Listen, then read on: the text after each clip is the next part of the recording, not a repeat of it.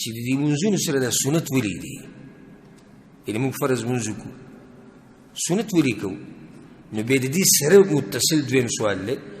که د دې ماله جواب راکړې نو بیا ورته داسې ووایه صحیح ده ته خو اوس ما په دې پوه کړې چې سنت ولې موږ کوو خو بیا مې تفصیلا پوه کړه دا بعض ولې مخکې دي او دا بعض ولې وروسته دي پوره سوال خو داسې دی که سنت موږ ولې کوو د فرض منځه سره او بیا ولې دا بعض مخکې دي او ولې دا بعض وروسته دي نو جواب یې واوره اصل کې عام جواب دا دی حدیث کې د راځي پیغمبر صلی الله علیه وسلم چې کله انسان الله ته مخامخ شي د قیامت په ورځ او الله ورسره د منځه حساب کتاب وکړي او د ده په منځه کې کمی راشي نو الله بیا ملایکو ته وایي وګوره که زما دې بنده چې ته نفلي منځونه کړي نو دغه کمی وله به پوره کوي دا خو عام جواب شو سنت ولې دي چې قیامت په ورځ کې څه کمی چې پوره شي دویم سوال دا دی نو بیا ولې بعض مخکې دي وروسته دي د هغې جواب دا دی لکه ماسپښین منځلې ته رالي مخکې ته سنت شتي وروسته ته هم شتي ماښام منځونه باید دي ماسخوتن منځونه باید دي سهار منځونه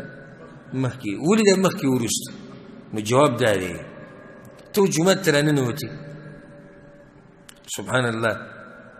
زار شم د دې شریعت نه هر کار کې حکمت کومو منځونو نه مخکې سنت دي سحر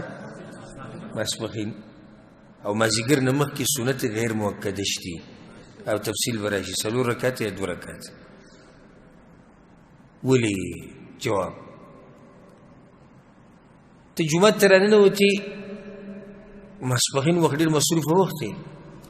خلک راغلي د کارونو نه یا ستړي شوي ویده کېږي خوب وله ورځي مازدیګر وخت هم مصروفه دی سهار د خوب نه راپاڅېدی ټالۍ وایي را روان نو شریعت ته وایي مخکې ته یو 2 رکعاته لمونځ وکړه یو 4 رکعاته لمونځ وکړه چې د فرضو ته برابر شي چې دماغ دې ورته برابر وي چې ډایرکټ که ته ورشي بیا به ګډوډ وي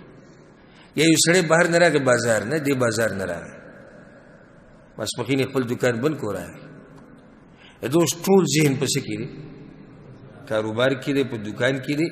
شریعت ته وایي نه مخکې یو 4 رکعاته لمونځ وکړي چې ذهن او توجه دې د منځه ته برابر شي بیا فرض لمونځ وکړه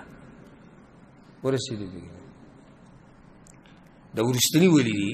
د هغې جواب واضح دی که د منځه کې څه کمی راغلی نو چې په دې پوره شي پوه شوې دا حکمت دی ولې سنت مخکې دي او ولې وروسته دي